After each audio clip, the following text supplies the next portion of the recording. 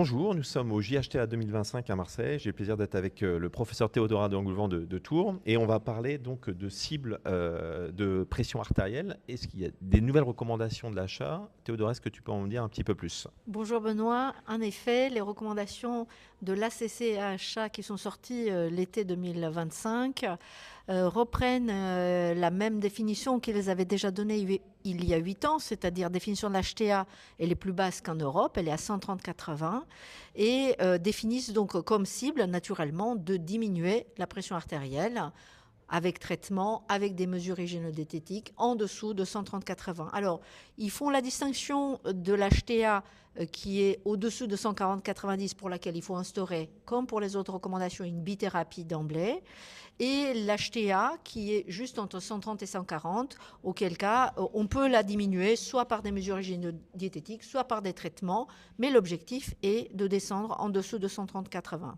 Et donc cette cible, elle est la même que les recommandations européenne de l'ESC en 2024 et également des recommandations ESH de 2023 où on avait dit effectivement que une cible moins de 140/90 pour tout le monde, oui, mais avec l'objectif de descendre vers 130/80.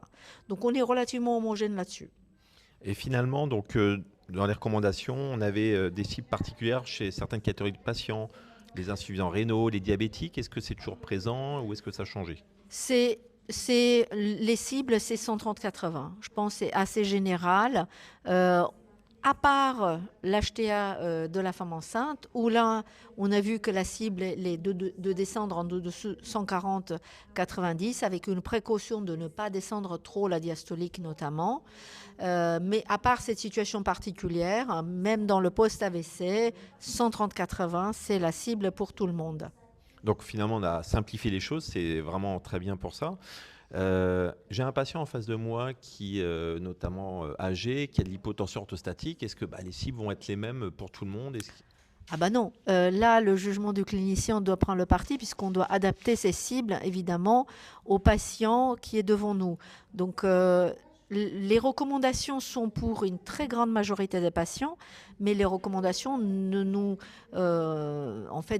empêchent pas de réfléchir et d'ajuster le traitement et les cibles aux patients qu'on a en face. Et bien évidemment, un patient fragile, pas forcément âgé, mais fragile et un patient très âgés peuvent nécessiter un ajustement des cibles avec aussi bas que possible, bien entendu, sans aller vers l'hypotension orthostatique symptomatique. Un patient qui fait l'hypotension orthostatique asymptomatique, il n'y a pas de raison non plus de changer les cibles s'il n'a pas d'autres facteurs de fragilité qui incitent à en fait diminuer, enfin à augmenter un petit peu cette cible.